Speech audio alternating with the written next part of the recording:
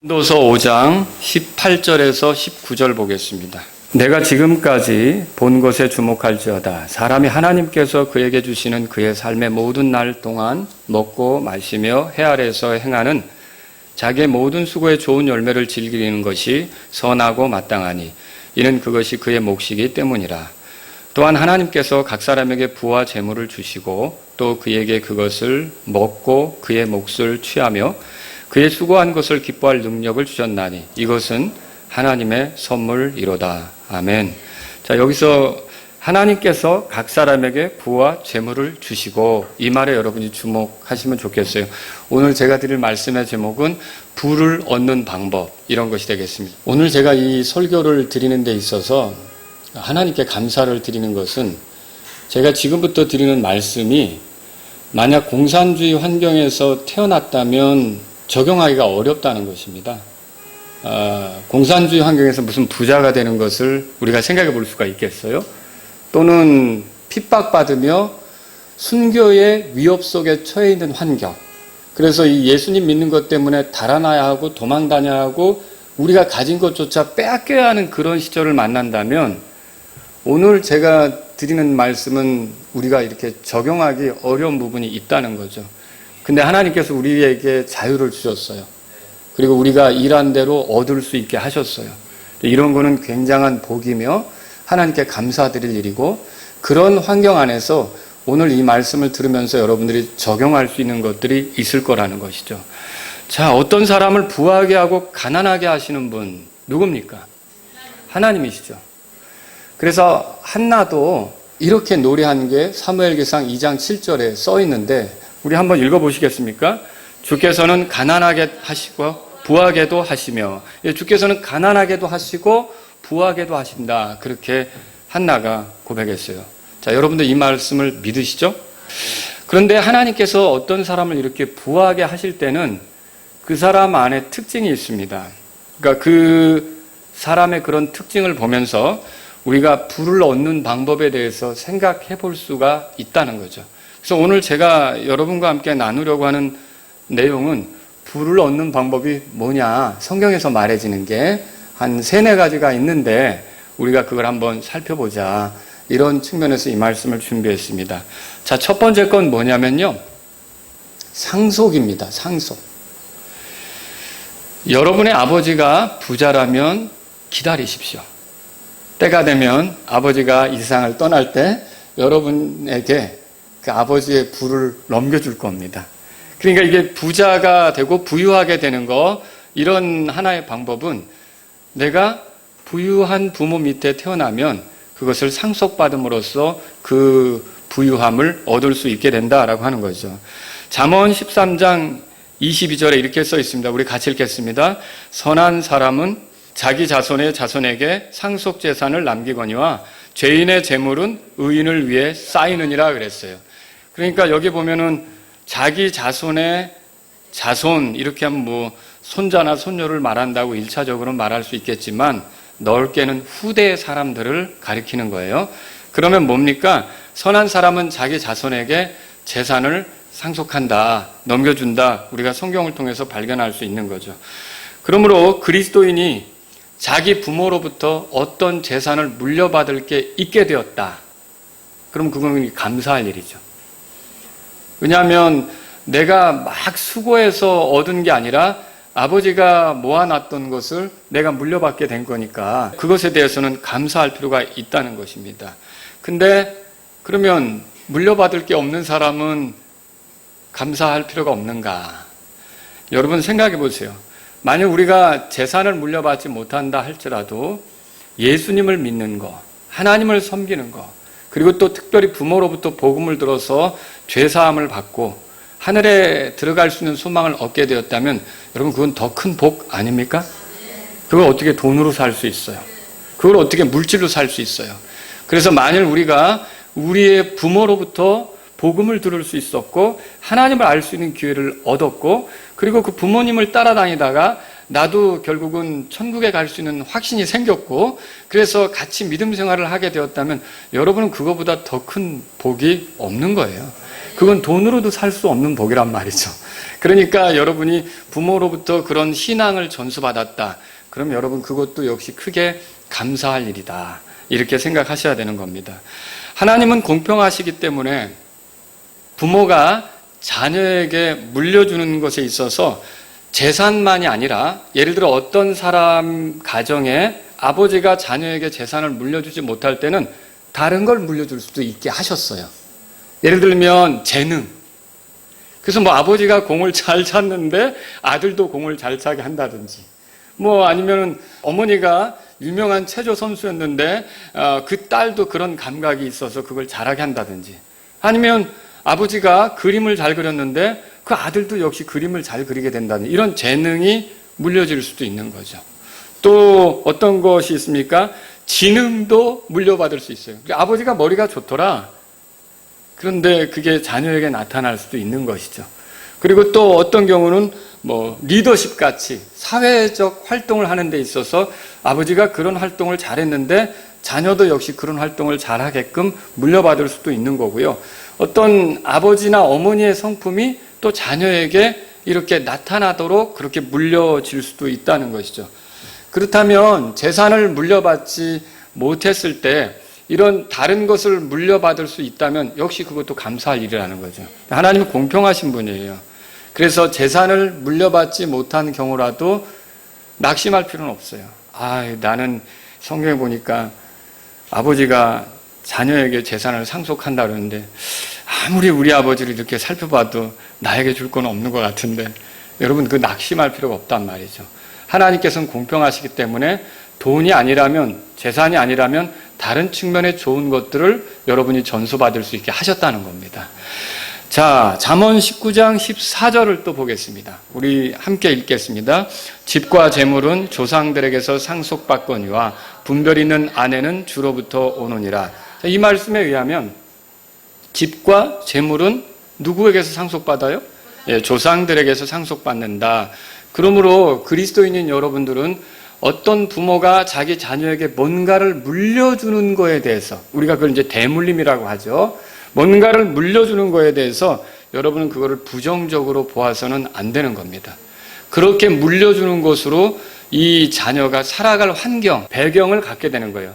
어떤 사람은 재능, 또 어떤 사람은 지능, 똑똑함, 어떤 사람은 사람을 잘 이끌 수 있는 거, 뭐 이 다양하게, 그리고 물질도 그 중에 하나가 될 수 있는 거란 말이죠.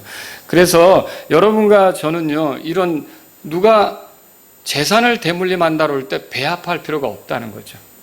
그 재산 대물림을 막아야 되고 그걸 사회에다 환원시켜야 된다고 주장해서도 안 되는 겁니다. 만약 그런 식으로 생각하는 사람들이 있다면 여러분 조심하셔야 돼요. 누가복음 15장에서도 탕자의 비유가 나오는데 둘째 아들 어떻게 하죠? 아버지에게 요구하죠?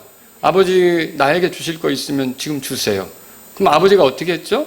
줬잖아요. 그럼 이런 것들을 보면 분명히 이런 어떤 재산상의 대물림이라고 하는 건 전혀 나쁜 것이 아니라는 거죠. 성경이 충분히 그럴 수 있다라고 보는 것이란 말이죠.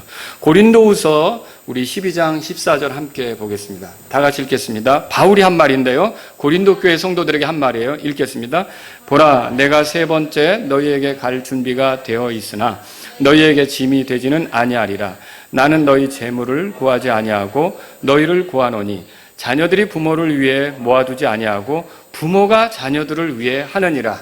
부모가 자녀들을 위해 모아둔다.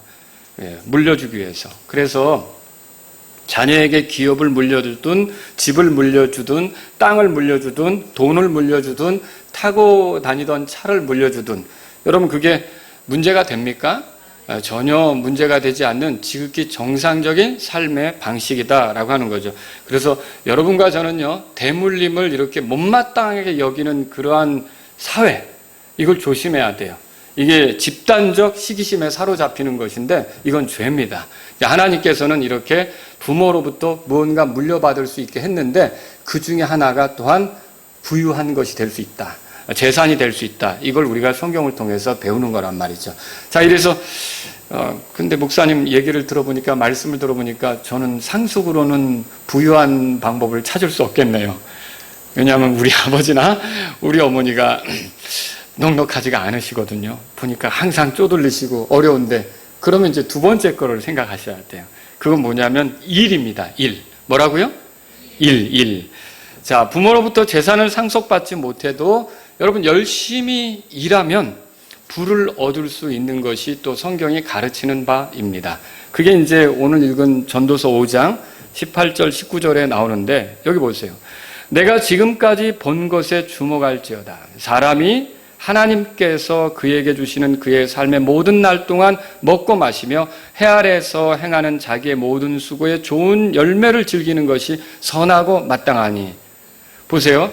자기가 수고한 것에 따라, 그 모든 수고에 따라 좋은 열매를 즐기는 것이 선하고 마땅하다, 그렇게 얘기했어요. 그러면 이 하나님 말씀에 비춰볼 때 하나님께서 의도하시는 건 뭐냐면 우리가 수고한 것에 따라서 그 열매를 얻게 하는 것이 하나님의 의도란 말이죠. 그러면 이런 걸 알 때 우리가 좋은 열매를 얻으려면 어떻게 될까요? 부지런히 수고하는 게 필요하다는 겁니다. 자, 여기 보세요. 이는 그것이 그의 몫이기 때문이라. 19절 다 같이 읽을까요? 또한 하나님께서 각 사람에게 부와 재물을 주시고 또 그에게 그것을 먹고 그의 몫을 취하며 그의 수고한 것을 기뻐할 능력을 주셨나니 이것은 하나님의 선물이로다 그랬어요. 여러분, 각 사람에게 부와 재물을 주시는 분이 하나님이라고 19절에 말했습니다. 근데 여기서 중요한 게 있어요. 하나님께서는 어떻게 우리에게 부와 재물을 얻을 수 있게 하십니까? 일할 수 있는 능력을 주십니다. 건강도 주시고요. 능력도 주셔요. 어떤 분야에는 남들보다 탁월한 능력을 발휘하게 할 수 있어요. 뭐 어떤 사람은 말을 잘하게 할 수 있고 어떤 사람은 계산을 빨리 할 수 있게 하시고 어떤 사람은 창의적으로 뭔가를 생각해낼 수 있게 하고 어떤 사람은 여러 사람의 의견을 취합해서 더 좋은 결론에 이르도록 하게 하시고, 그러니까 하나님께서는 우리에게 일할 수 있는 능력을 주셔요. 그리고 능력뿐만 아니라 그런 능력을 발휘할 수 있는 기회, 수고할 수 있는 기회를 주신단 말이죠. 이게 하나님으로부터 오는 거예요. 그래서 내가 어떤 위치에서 땀 흘려 일하는 것이 이제 그 열매가 나올 수 있도록, 그래서 하나님께서는 또 어떻게 하시냐면 우리가 일한 것이 헛되지 않도록 거기에 맞는 열매를 거둘 수 있게 하신단 말이죠. 자, 이런 거 다 하나님께로부터 오는 거 아닙니까? 그렇다면요, 부와 재물을 얻는 것은 하나님의 선물이다. 그러니까 우리가 아무리 노력해도 우리가 뭔가를 재능을 발휘하고 수고해서 어떤 열매를 얻어 그 열매로 인해 내가 무슨 수입이 생기고 소득이 생겼다면 결과적으로는 하나님께 감사하셔야 돼요. 왜요? 그 일할 재능을 주신 분, 그런 기회를 주신 분, 그 일이 헛되지 않게 해서 어떤 열매를 얻어 내가 거기서 소득을 얻게 하신 분, 이분은 하나님이시니까.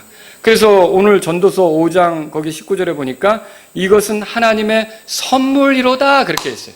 우리가 인생을 살아가는 동안 우리가 수고해서 얻게 되는 그런 하나님으로부터 온 선물이다.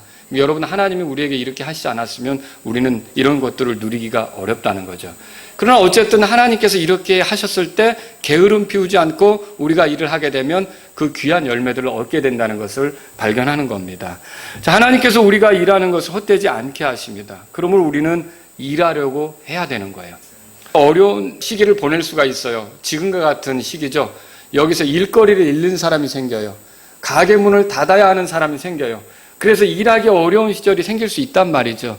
자, 이런 경우가 있고 또 일거리를 구하기 어려운 시절이 있을 수 있어요. 구직이 좀처럼 쉽지 않은 그런 시절이 있을 수 있는 거죠. 또 어떤 사람은 은퇴해서 더는 일하기 어려운 형편에 있는 사람이 있을 수도 있는 거고요.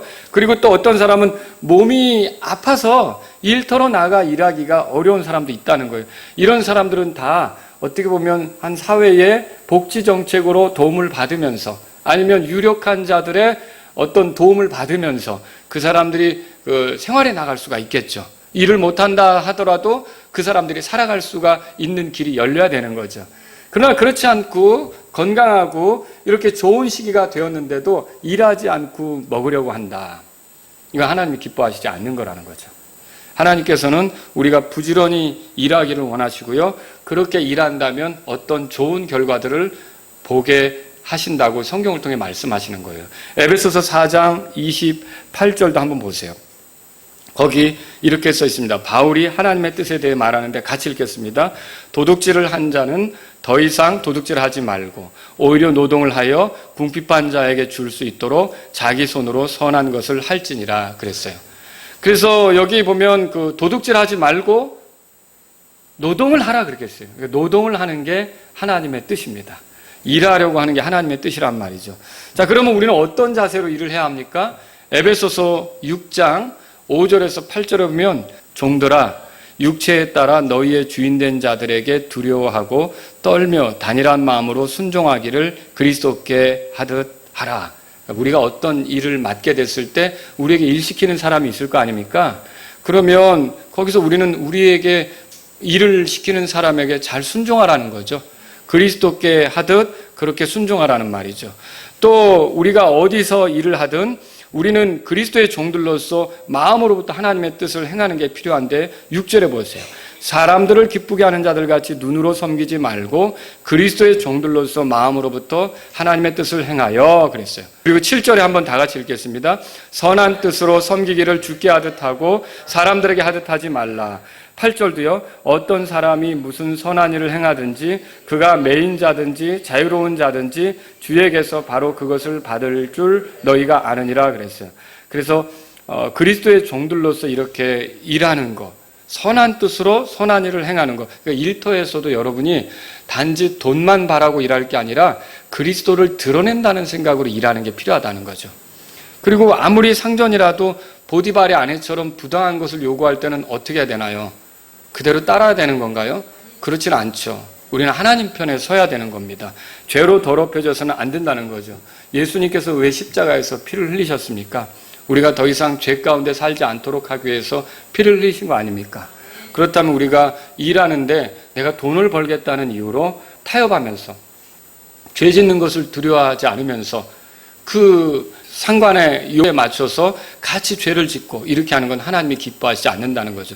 우리에게는 돈도 중요하지만 돈보다 더 중요하신 분은 주님이십니다. 그러니까 주님의 뜻을 저버리면서까지 돈을 얻겠다 이건 아니라는 거죠. 우리가 돈을 얻기 위해서 일을 하는 건데 일을 할 때도 항상 우리는 그리스도의 종인 것을 잊지 않고 일을 해야 된다는 것이죠. 그래서 이렇게 첫 번째 부를 얻는 방법은 상속이고요. 두 번째는 일하는 거예요. 여러분은 일할 수 있도록 건강관리도 잘 하셔야 돼요. 일할 수 있도록 이렇게 기회를 얻도록 해야 되고요. 기회를 얻으면 최선을 다해서 일하는 저와 여러분이 될 수 있어야 된다는 거죠. 자, 세 번째는 뭐냐면요. 전략하고 투자하는 겁니다. 자, 이제 이거는 어떤 면에서는 어르신들, 지금 이제 젊은 날을 다 보내고 어느 정도 사신 분들에게는 어려운 이야기가 될 수 있습니다. 그러나 젊은 사람들, 지금 일할 수 있는 사람들, 열심히 모을 수 있는 사람들은 이것들을 잘 생각해 볼 필요가 있는 거죠. 자, 소득을 위한 일에는 크게 두 가지가 있어요. 하나는 어떤 거냐면 우리 몸으로 직접 일을 해서 버는 겁니다. 그리고 다른 하나는 뭐냐면요. 우리가 가지고 있는 돈이 일하게 만드는 거예요. 그래서 그 돈이 일하게 해서 소득을 내가 얻게 되는 거죠. 자, 그럼 그게 무슨 말인가? 여러분이 서울역을 갈 때 직접 몸으로 걸어서 갈 수가 있습니다. 그러나 여러분이 돈이 있다면 전철을 타고 갈 수가 있습니다. 그러니까 거기까지 가는 일을 하는데 내가 내 돈을 사용하면 더 효과적으로, 더 빨리, 더 불편하지 않게 갈 수가 있다는 거죠. 땅을 파는데 내가 단지 돈이 없다면 내 몸으로만 일을 해야 돼요. 삽질을 해야 되는 거예요, 내가. 근데 내가 돈이 있으면 돈이 일을 하게 해요. 포크레인을 부르면 됩니다. 포크레인 기사를 부르면 어때요? 포크레인으로 일을 할 수 있잖아요. 그렇죠? 그럼 땅을 파는데 더 쉽게 팔 수 있단 말이죠. 그건 뭘 얘기하고 있습니까? 자, 우리가 직접 우리 몸으로도 일할 수 있지만 어떤 돈이 있으면 그 돈으로도 일하게 할 수 있다는 것을 발견하게 된다는 거죠. 그러면 이렇게 되기 위해서는 어떻게 할까요? 우리가 모으는 것이 필요한 거죠. 여러분, 예를 들어서 성경에도 그렇게 나와요. 마태복음 20장에는 1데나리온씩 주고 포도밭에서 일 시키는 경우 있었잖아요. 그리고 저녁 때 이제 해질 무렵 되니까 한 사람씩 계산하면서 1데나리온씩 나눠주잖아요. 자, 그런 경우는 어떻게 했어요? 전부 다 몸으로 노동을 한 거예요. 땀 흘린 거예요. 그들의 노동의 결과로 한 데나리온씩 이렇게 받아가지고 간 거죠. 그 중에 어떤 사람은 일찍 와가지고 나중에 온 사람 1데나리온 주니까 화가 나서 얘기한 경우도 있었지만, 또 다른 경우는 어떤 경우가 있습니까? 자, 예수님께서 하신 말씀 중에 이게 있어요. 1달란트를 받았던 사람이 그 1달란트를 그대로 가지고 왔어요. 근데 예수님은 그걸 전혀 기뻐하지 않았어요. 만약 일할 수 없는 형편이라면 그 1달란트를 환전상에게 맡겼다가 나중에 때가 돼서 찾을 때는 그 중간에 이자가 발생했을 거 아닙니까? 그러면 그 뭐예요? 그 돈이 이자를 낼 수 있었을 건데 왜 그렇게 하지 않았냐? 그렇게라도 하지 땅에다 묻어두고 오는 게 뭐냐? 이렇게 야단하지 않습니까? 자, 사람이 일을 할 수 없다면 그 돈을 환전상에게 맡긴다면 그 돈이 굴러서 이자를 만들어낼 수가 있다는 거죠. 여러분 이해하시겠죠? 유대인들은 사실은 이런 원리를 일찌감치 깨달았어요. 그래서 금융업에 종사하는 유대인들이 많고 전 세계의 부를 장악하고 있고 많은 그런 어떤 그 돈에 관계된 일들을 하면서 부유한 것을 드러내고 있는 사회를 이루고 있는 거죠. 유대 사회가. 그런데 많은 사람들은 이게 돈이 일하는 거, 돈이 어떤 그 뭔가를 만들어낼 수 있다는 거에 대해서 깊이 생각을 하지 않는다는 거죠. 자, 돈이 일하도록 하기 위해서 우리에게 필요한 건 뭡니까? 그럼 돈이 필요한 거 아닙니까? 그럼 전략을 해야 되는 거예요. 돈을 모아야죠. 돈을 헛되게 쓰면 안 되는 거예요. 이게 뭐예요? 투자금을 확보하기 위해서 그 돈을 어딘가에 넣어놓고 이게 뭐 이자가 나오든지 수익금이 나오게 하려면 그런 그 원래 그 돈이 있어야 되는 거 아닙니까? 그걸 마련하려면 어떻게 됩니까? 그걸 절약해서 모아두는 게 필요하다는 것이죠. 잠언 21장 20절에 보세요. 같이 읽겠습니다. 지혜로운 자의 거처에는 갖기를 바라는 보물과 기름이 있으나 어리석은 자는 그것을 낭비하느니라. 지혜로운 자의 거처에는 보물과 기름이 있대요. 이 말은 갑작스러운 일이 생기면 어떤 문제들을 해결하기 위해 지출할 수 있는 기름이 있고 보물이 있단 말이에요. 자, 그러면 이렇게 된 것은 어떤 일 때문에 그렇게 된 거냐? 그 사람이 낭비하지 않기 때문이라는 거예요. 그러니까 헛되게 쓰고 낭비하면 결국 돈을 모을 수가 없습니다. 부유하게 될 수가 없어요. 그래서 보는 족족 돈을 쓰는 사람들 있죠. 그럼 그 사람들이 부유하게 될 수 있을까요? 절대로 부유하게 될 수 없습니다. 돈만 생기면 가서 다 사 제끼고 주문하고 이렇게 하면은 결국 부유하게 될 수가 없단 말이죠. 자, 이 모은 돈으로 결국은 어떻게 되느냐면 투자를 하게 되는 거예요. 그래서 절약과 투자가 돈을 불릴 수 있는 방법 중에 하나라는 것을 말씀드리는 겁니다. 자, 투자와 투기는 다릅니다. 투기는 기회를 틈타 큰 이득을 보려고 하는 것이고요. 그것은 도박과 같아요. 결과가 불확실한 일에 돈을 거는 거예요. 근데 투자는 뭐예요? 이익을 얻기 위해 어떤 일, 사업에 자본을 대거나 시간, 정성을 쏟는 것을 말합니다. 투기는 위험을 각오합니다. 이거 다 잃어버릴 수도 있어. 이게 투기예요. 근데 투자는 그렇지 않습니다. 투자는 그런 위험을 피하려고 합니다. 뭐 때문에 이게 잃어버릴 수 있는 그런 것들에 내가 돈을 쏟아부어? 이렇게 피하는 거죠. 투기는 단기로 갑자기 수익이 나리라는 기대를 하고 이제 나아가는 겁니다. 짧은 시간에 급하게 돈을 버는 게 하나님 뜻입니까? 아니라 그랬죠. 근데 투자는 뭐예요? 장기간 지속적으로 수익이 날 것을 기대합니다. 투기는 직감으로 달려들어요. 이거 같아. 근데 투자는 그렇지 않습니다. 면밀히 살피고 조사하고 꼼꼼히 따지고 내 돈이 들어가도 되는 건지 이거를 신중하게 고려합니다. 그래서 이게 여러분과 제가 절약과 투자라는 방식으로 세상을 살아갈 수가 있다는 걸 알아야 돼요. 젊은이들도 잘 생각하셔야 되겠죠. 성경은 모은 돈을 분산 투자하는 것에 대해서 이미 가르쳐주고 있어요. 전도서 11장 2절입니다. 우리 같이 읽겠습니다. 읽습니다. 7에게 또 8에게 몫을 주라. 무슨 재앙이 땅 위에 임할지 내가 알지 못하느니라. 자, 이게 가지고 있는 달걀을 전부 한 바구니에 넣지 말라는 속담이 이 구절에서 유래한 것처럼 보입니다. 자, 여기서 말하는 분산 투자는 뭡니까? 자기가 가지고 있는 자산을 다양하게 이렇게 나눠서 투자를 해놓는 거예요. 자, 이런 부동산도 마련해 놓을 수 있고, 나는 지금 뭐 먹고 살기도 힘든데 무슨 얘기냐 이럴 수도 있습니다. 그러나 여러분이 정말 그 하나님께서 전략하고 모으게 하신다면 그걸 돈을 안고만 있을 수는 없지 않습니까? 그걸 어떻게 해야 되는 거예요. 그게 가지고 있으면 그냥 해마다 그 가치는 떨어지는 거란 말이죠. 근데 그럴 때는 어떻게 해야 됩니까? 이렇게 분산해서 부동산이라든지 여러 가지 이제 방편에 여러분들이 그 투자를 할 수가 있는 거라는 거죠. 그 어떤 분이 해외여행을 하는데 그 이탈리아 여행할 때는 조심하라고 하더라고요. 한국 사람이 갔을 때 몇 사람이 달려들어가지고 앞에서 막 말 시키는 척하고 주머니에서 빼가는 거예요. 아주 정신없습니다. 그렇게 해서 돈을 잃어버린 경우가 있단 말이에요. 그래서 어떻게 하냐면은 어떤 사람은 아예 작정하고 해외여행을 할 때 돈을 지갑에 넣어놓고 주머니에 넣어놓고 양말에 넣어놓고 책상에 넣어놓고 이거는 다 잃어버리지는 않는다 이런 거죠. 그런 것과 같은 방식으로 간다는 것입니다. 자, 그러면 투자는 뭐냐면요. 투자는 다른 게 아닙니다. 여러분이 가지고 있는 돈이 또 다시 들어올 수 있는 시스템을 만들어 놓는 거예요. 여러분 피라미드를 짓는다고 할 때 어떤 사람은 그냥 힘이 있어가지고 돌을 옮겨다가 하나씩 쌓지만 자, 피라미드가 이렇게 사각형으로 가잖아요. 그 다음 층 올릴 땐 그거 힘들거든요. 그렇지 않습니까? 그런데 조금 더디더라도 기중기를 개발해가지고 그 지렛대를 이용해서 돌을 올리면 어떨까요? 훨씬 더 수월하겠죠? 예, 훨씬 더 수월하단 말이죠. 그런 것처럼 뭡니까? 이게 내가 내 몸으로만 평생 일을 해야 된다는 거하고 이런 시스템을 만들어 놓는 거하고는 다르다는 것이죠. 그런 시스템으로 가는 것이 투자를 하는 거란 말이에요. 마태복음 25장 16절 17절에 보세요. 같이 한번 읽어보겠습니다. 이에 5달란트 받은 자는 가서 바로 그것으로 장사하여 5달란트를 더 만들고 2달란트를 받은 자도 그와 같이 하여 2달란트를 더 벌되 장사해서 더 벌었다고 그렇게 돼 있어요. 아마 열심히 수고했겠죠. 자, 이 사람들이 이제 뭐 가지고 있는 자산을 굴려서 일을 했을 겁니다. 자, 그런데 이런 얘기도 있습니다. 마태복음 25장 27절인데 여기 보세요. 27절에는 또 이렇게 써 있습니다. 같이 읽겠습니다. 그러므로 내가 내 돈을 돈 바꾸는 자에게 맡겨서 내가 올 때에 이자와 함께 내 것을 받게 했어야 마땅하도다.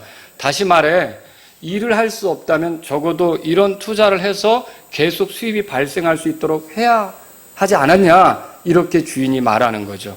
자, 이게 바로 어떤 그 은행 시스템, 무슨 이런 그 어떤 시스템에 말하자면 돈이 들어올 수 있는 그런 장치를 만들어 놓는 거다. 이렇게 말할 수 있는 거죠.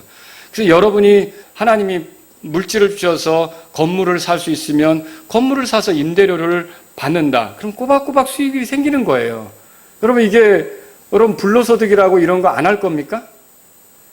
그게 왜 불로소득이에요? 건물을 관리하는데 엄청 신경 쓰는 거예요. 사람들이 지금 잘못 생각하고 있는 거죠. 그게 만약에 물샘은 가서 고쳐줘야 되죠. 뭐 어떤 시설 고장나면 그것도 보수해줘야 되죠. 그리고 그 건물을 살 땐 그게 몫이 좋은지 봐야 되죠. 그게 얼마나 큰일인지 몰라요. 근데 건물 하나 딱 마련해놓고 임대료 받으면 그게 불로소득이라고 까고 있어요. 그거 불로소득 아니에요. 그 정말 그거 하나 얻고 그것 때문에 신경도 써야 되고 얼마나 많은 노력을 해야 되는데요. 그러니까 여러분이 그런 목이 좋은 건물들을 발견해서 거기서 임대료를 받을 수 있다. 지속적으로 수입이 생긴다. 그럼 그게 투자죠. 그게 시스템을 만들어 놓는 거예요. 땀 흘려 일하다가도 일할 수 없을 때 거기서는 계속 나에게 도움이 될 수 있잖아요. 유대인들은 이런 걸 잘한다는 얘기예요. 그런데 어떤 사람은 무조건 죽을 때까지 일만 한다는 얘기죠. 그 아까 제가 피라미드 얘기를 했지만 파라오가 피라미드를 세우는 데 있어서 자기 조카 두 사람에게 피라미드를 세우라고 했는데 그러면 부와 명예를 주겠다고 했는데 한 사람은 진짜 자기 덩치만 믿고 이걸 쌓았던 거예요.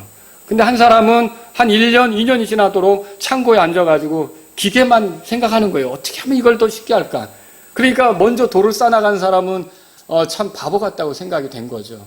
근데 자기가 다 기초를 놓는 동안 아무것도 안 하니까 근데 나중에 이 사람이 기중기, 지렛대 이런 걸 가지고 오면서 이 사람이 3년에 걸쳐 한 거를 40일 만에 해내는 거예요. 그리고 이 사람은 돌을 못 얹는데 이 지렛대로 계속 돌을 얹어가는 거죠. 그러면서 나중에 이 자기 힘으로 올리던 사람은 한 12층인가 쌓다가 심장마비로 죽었어요. 그리고 이 사람은 이미 다 끝내고 그러면 여러분 보세요. 이런 어떤 그런 시스템을 가지고 살아가는 거하고 그렇지 않은 거하고는요, 차원이 다르다는 것을 여러분이 알 필요가 있다는 거죠. 그래서 여러분, 예를 들어서 주식 투자를 통해 배당 수익을 얻는 것도 그런 방편이 될 수 있고, 은행에 넣어두고 이자를 받는 거, 어떤 사람은 책을 내서 인세를 받는 거. 그렇잖아요. 누가 무소유를 얘기하지만 그 사람이 대해서 그러더라고요. 책을 내가지고 인세 받아먹으면서 무소유를 얘기한다고 그러는데, 예를 들어 인세가 들어온다. 그럼 그것도 역시 그런 방법이 되겠죠. 다양하게 그러한 것들을 여러분이 노력하고 수고해서 만들어 놓아서 결국 지속적으로 내게 수입이 발생할 수 있도록 한다면 그것도 하나의 노력하는 방법이 된다는 거죠. 요즘 군인들은 월급을 받으면 적금을 드는데요. 제가 이제 제 얘기를 들어보니까 그 은행 금리로 5%대 이자가 되는 그런 그 상품이 있더라고요. 군인들에게만. 여러분 요즘에 5%대 되는 은행 상품 있어요? 어제 제가 개척자금 통장 때문에 은행에 갔는데 통장을 하나 새로 개설하는데 말이죠. 제가 물었어요. 매달 이렇게 우리가 한 30만 원씩 들어가려는데 이자가 얼마나 돼요? 그랬더니 0.7%요 그러더라고요. 0.7%래요. 제가 그랬죠. 단지 돈 맡기는 정도군요. 이렇게. 마이너스만 안 된 것도 돈 맡겨줬으니 돈 내라 이렇게 하면 더 힘들 텐데, 그 군인들이 예를 들어 5%대의 그런 것들을 발견하면 적금을 들어놔서, 제가 할 때는 8,000원, 10,000원 이렇게 했거든요. 급료가. 그랬는데 요즘에는 50만 원 막 이러더라고요. 크더라고요. 야. 근데 그런 거를 생기는 대로 외박 나가서 돈 쓰고 노래방 가고 담배 피고 술 먹고 이런 데 쓸 게 아니라 그렇게 착착 모아두면 얼마나 좋습니까? 그게 나중에 제대해서 뭔가 이렇게 할 수 있는 그런 자금들이 될 수 있는 거 아닙니까? 그렇게 살아야 된다는 거죠. 그런데 이렇게 그런 장치를 이용해서 내게 이자를 불려주고 이렇게 할 수 있는 것들을 이용해야 된다는 거죠. 자, 그래서 저와 여러분들이 그런 돈을 아끼고 모아서 적절하게 잘 투자할 수 있는 환경을 구해야 된다는 겁니다. 은행의 이런 이율이 워낙 적으니까 요즘에 사람들은 이제 주식 투자로 몰립니다. 근데 주식 투자에 많은 부작용이 있다는 것을 여러분 아시죠? 빚내서 주식 투자를 한다든지, 단기간에 이득을 보려고 주식 투자에 달려든다든지, 잘 살피지도 않고 누구 말만 듣고 이렇게 달려든다든지, 뭐가 좋대, 그게 위험하단 말이에요. 그런 얘기 하지 말라는 거죠. 그 사람 말 믿고 잘못해서 했다가 나중에 안 되면 서로 좀 좋지 않은 관계가 될 수도 있는 거예요. 그래서 이런 문제들이 있단 말이죠. 은행에 넣어두기보다는 이렇게 해서 내가 이게 낫지 않을까 해가지고 달려들었는데 아무런 공부도 없이, 아무런 살핌도 없이 그냥 무턱대고 직감적으로 달려들었다가 정말 어렵게 되고 귀하게 모은 돈 다 날리는 사람들 너무 많다는 거죠. 그런데 이럴 때 잘할 수 있는 방법은 뭡니까? 정말로 신뢰할 수 있는 회사, 꾸준히 성장할 수 있는 회사, 이런 회사를 찾아서 자금을 넣어두는 방식으로, 그러니까 그 회사에 내가 투자하는 방식으로, 그래서 그 회사가 성장하면 그 회사가 성장하는 것과 같이 내가 또 어떤 이득을 누릴 수 있다. 그런 동업하는 관계로 가는 것이다. 이렇게 생각한다면 여러분들이 좀 한결 오랜 기간을 보면서 편하게 갈 수 있는 일이 될 수 있다는 것이죠. 자, 누가복음 19장 거기 보세요. 19장 23절에 같이 읽어보겠습니다. 그러면 어찌하여 내가 내 돈을 은행에 넣어두지 아니하였느냐? 그리하였더라면 내가 올 때 이자와 함께 내 것을 요구하였으리라 하고, 주식 투자로 다 돈을 버는 것은 아니라 그랬죠. 정말 잘못해서 깡통 찬 사람도 많다고 그래요. 기업에 대한 이해도 필요하고요. 기업이 앞으로 잘 나갈지 전망도 필요하고요. 그리고 기업의 매출도 확인해야 되고요. 이게 주식회사들은 공정에서 만약에 잘못된 보고를 하게 되면 퇴출을 당합니다. 주식시장에서. 그리고요, 주식회사들은 석 달에 한 번 정도씩 이렇게 자기 회사들이 매출을 얼마나 일으켰는지, 이윤을 얼마나 남겼는지 이런 거를 발표하게 돼요. 이런 것들을 잘 체크해 가면서 정말 잘 나가는 것인지 이런 것들을 살피지 않고 여러분들이 그냥 누구 말만 듣고 급하게 달려들었다가는 힘든 일을 만날 수 있다는 거죠. 어렵게 모은 것들을 다 날려버리는 그런 일들이 있다는 거죠. 신중하게 접근해야 되는 것입니다. 아시겠죠? 그래서 이런 다양한 투자처를 찾는 데 있어서 하나님께 지혜를 구하고 여러분이 어렵게 모은 것들을 잃어버리지 않는, 투기는 뭐라 그랬어요? 이럴 수도 있지. 그러나 잘 되면 대박. 이건 안 된다는 것이죠. 여러분 이런 식으로 나가서는 안 돼. 어렵게 얻은 돈을 왜 그렇게 쉽게 잃어버릴 생각을 하느냐는 거죠. 그걸 청지기처럼 잘 관리만 하면 더 가치 있고 더 의미 있는 일에 잘 쓸 수가 있는 건데, 여기서 잠깐 또 어떤 분들은 그런 호기심을 가질 수도 있어요. 요즘 비트코인이 전 세계로 난리잖아요. 비트코인은 어떠냐 이렇게 물을 수도 있어요. 제가 경제에 대해서 잘 모르지만 비트코인은 주식 투자나 금을 사 모으는 것과는 다릅니다. 왜 그러냐면은요, 주식은 그래도 우리가 우리 주변에 있는 그 주식회사들을 돕는 거예요. 그 주식회사들이 성장할 수 있도록 자금을 대주는 거예요. 그래서 어떤 생산적인 일이 나오게 하는 거예요. 그리고 그 기업의 실적들을 매번 체크할 수가 있어요. 확인할 수가 있어요. 이 회사가 잘 돌아가는지를 볼 수가 있단 말이에요. 그리고 금도 마찬가지예요. 금도 사두면 그 실제로 있는 거 아닙니까? 근데 비트코인이라고 하는 건 가상화폐죠. 그래서 어떻게 되는 거예요? 생산적인 것도 아니에요. 그냥 뭐 불확실해요. 그리고 이게 결국은 어떻게 합니까? 이게 올라갔다 내려갔다를 반복하면서 도박처럼 보이는 거예요. 자, 그리스도인에게는 어울리지 않는 것으로 보입니다. 그래서 이런 것들은 빠지지 않는 것이 그리스도인에게는 필요하다는 것이죠. 조심해야 될 거예요. 투자에 대해서는요, 재산을 관리하는 차원에서 접근하는 것이지 급하게 돈을 벌려고 하는 차원에서 접근하시면 안 됩니다. 여러분, 어렵게 마련한 그런 그 모은 전략해서 얻은 것들을 더 급하게 불리겠다고 욕심부리면 안 되는 것이죠. 투자가 될 것인지 투기가 될 것인지를 잘 생각해야 합니다. 도박, 노름하듯이 모든 걸 접근하는 건 여러분 위험한 일입니다. 그리고요, 또 어렵게 해서 내가 얻은 자산이 있는데 여러분이 누군가의 바지 사장이 돼준다든지 그런 거 있잖아요. 누군가의 빚보증을 쓴다든지, 여러분 이거 조심하셔야 되는 거예요. 정말 모든 것들을 가볍게 날릴 수 있는 그런 위험 부담이 많은 것들이 된다는 것이죠.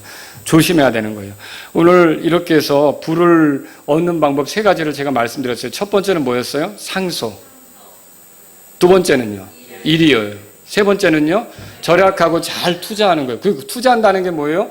돈을 계속 나에게 불려줄 수 있는 그런 시스템을 만들어 놓는 거죠. 이런 것들을 얘기하는 거예요. 우리가 씨를 심으면 한 일주일 뒤에 가서 바로 거두는 건 아니잖아요. 봄에 심으면 가을이 돼야 거두는 거고 시간이 흘러가야 되는 거잖아요. 성경에서도 보여주듯이 이런 투자라는 것을요, 짧은 시간에 뭔가 소득을 보겠다고 생각하는 건 아니라는 거죠. 내가 그렇게 길게 내다보고 이렇게 얻을 수 있는 것을 생각하는 거예요. 자, 여러분, 우리가 부를 얻는 방법에 대해 생각할 때 다음과 같은 것들이 필요합니다. 첫 번째는 뭐냐면 감사. 상속받을 재산이 있다는 것은 감사한 일이에요. 하지만 그것이 없다 해도 낙심하거나 상속받을 게 있는 사람들을 시기할 필요가 없습니다. 공평하신 하나님은 재산이 아니라면 다른 것, 또 다른 좋은 것들을 내가 내 부모에게 상속받게 하시는 것이니까 여러분은 아무리 살펴봐도 내게는 그런 게 없다고 생각하면서 낙심할 필요가 없는 거예요. 뭐 아무것도 없다면 지금 마라나타 침례교회 다니는 젊은이들, 청년들은 보세요. 부모님이 예수님 믿었기 때문에, 하나님을 알았기 때문에 그 영향으로 이렇게 복음도 듣고 구원받았다면 그거 더 큰 일 아닙니까? 얼마나 복된 일입니까? 그러니까 우리가 이런 그 좋은 것들을 물려받은 것으로 인해서 하나님께 감사할 필요가 있다는 거죠. 두 번째는요, 부지런히 일하란 말이죠. 은퇴하기 전까지 우리는 부지런히 일하고자 해야 합니다. 일을 잘 할 수 있도록 건강을 관리하고 성실하게 일할 수 있도록 좋은 몸 상태를 유지하고자 해야 합니다. 부지런히 수고한다면 하나님께서 수고의 열매를 먹게 하신다는 게 전도서 5장 19절에 18절 19절에 써 있었어요. 늘 이렇게 하나님을 잊지 않는, 그 왜 우리를 먹게 하시는 분이니까 하나님을 잊지 않고 살아가는, 그리고 하나님을 의지해서 부지런히 일하는 저와 여러분들이 되시기를 바랍니다. 물론 이럴 수 있죠. 몸이 아프거나 이제 연로함이 있어서 나는 더 이상 어느 회사도 받아주지 않는 은퇴자다 라든지, 아니면은 또 뭐 내가 일거리를 구하려고 하지만 잘 구해지지 않더라 라든지, 내가 일거리를 잃어서 지금 한동안 지금 일을 찾고 있지만 쉽지 않더라, 그런 경우는 어쩔 수가 없습니다. 그런 경우는 어떤 그 복지를 통해서 이렇게 도움을 받아야겠죠. 그러나 그렇지 않고 우리가 건강하고 기회가 온다면 열심히 일하려고 하는 자세가 우리 모두에게 필요하다는 거죠. 세 번째는요, 낭비 없이 모아야 한다는 거예요. 구두쇠가 되라는 말은 아닙니다. 지출하지 않아도 되는 일에 충동적으로 지출하고자 해서는 안 된다는 거죠. 꼼꼼히 생각하고 필요에 따라 지출하십시오. 돈 버는 것도 중요하지만 의미 있게, 가치 있게 쓰는 것도 중요한 거 아닙니까? 자, 하나님의 영광을 위해 돈을 사용하고자 하고요. 사랑하는 사람들을 위해 가치 있게, 의미 있게 쓰고자 하는 그런 저와 여러분들이 돼야 된다는 거죠. 그러려면 어때요? 꼭 중요한 일에 쓰려면 우리는 그렇지 않은 데서 아껴야 돼요. 그런 데서 낭비하면 안 돼요. 그런 데서 다 모아가지고 꼭 중요한데 그 돈이 효력 있게 사용될 수 있도록 여러분과 제가 낭비 없이 모을 수 있기를 바랍니다. 네 번째로요, 올바른 관리가 필요하죠. 청지기의 자세로 돈을 관리하는 게 필요합니다. 적절한 투자는 내가 가지고 있는 그 자산이 불어나게 하는 시스템인데, 달란트의 비유나 문화의 비유에 등장하는 지혜로운 종들처럼 우리가 가만히 그것을 가지고 땅속에 묻어둘 게 아니라 어떻게 되면 그걸 굴려서 뭔가를 생산적인 일을 해야 되는 거예요. 투자를 해야 되는 거예요. 그래서 남기려고 해야 되는 거지, 절대로 하나님이 주시면 주시는 대로 그냥 집에만 싸놓고 아무것도 안 한다. 여러분, 그거는 재물에 대한 청지기 자세가 아니라는 거죠. 그래서 잘 이렇게 여러분이 언젠가는 일하지 못할 때가 있고 또 더 이상 내가 일을 못하고 쉬어야 될 때가 있다면 그런 때를 위해서라도 잘 이렇게 돌아올 수 있는 시스템을 마련해 놓는 것, 이런 것들이 필요하다는 거죠. 자산을 잘 분배하고 관리해서 내 몸이 일하는 노동으로도 소득을 얻지만 그런 어떤 내가 투자한 돈이 일을 해서 또 여러분들이 얻을 수 있는 그런 것도 마련할 수가 있다는 것이죠. 다섯 번째로요, 주의하고 살펴야 됩니다. 여러분이 이제 제가 끝으로 여러분에게 말씀드리고 싶은 게 이거예요. 이 모든 일로 여러분이 부유하게 되었을 때, 넉넉하게 되었을 때 혹시 돈을 사랑하게 되고 돈이면 다 되는 것처럼 돈만 신뢰하는 사람이 된다면 여러분은 그야말로 올무에 걸린 겁니다. 우리를 부하게 하시는 분이 하나님이시라면 하나님을 늘 기억하고 사셔야 합니다. 우리가 그분의 영광을 위해 살도록 예수님께서 이 땅에 오셨고, 예수님이 우리를 위해 죽으시고 부활하신 것은 예수님이 우리의 주로서 계시기 위해서 그렇게 된 거예요. 근데 이제는 예수님을 제쳐놓고 돈만 만지면서 좋아하고 돈이 불어나는 것 때문에 정신 못 차리고 여러분 이렇게 되면 여러분은 돈이라는 우상을 새롭게 앞에 둔 것과 같다는 거죠. 돈을 사랑하는 게 모든 악의 뿌리가 된다고 말하고 있어요. 그래서 아끼고 전략하는 것이 하나님의 뜻이고 미래를 위해서 잘 분산하고 투자하는 것이 하나님의 뜻이고 이렇긴 한데, 여러분 우리가 돈에 매이기 위해서, 돈에 사로잡히기 위해서 그렇게 하는 건 아니라는 거죠.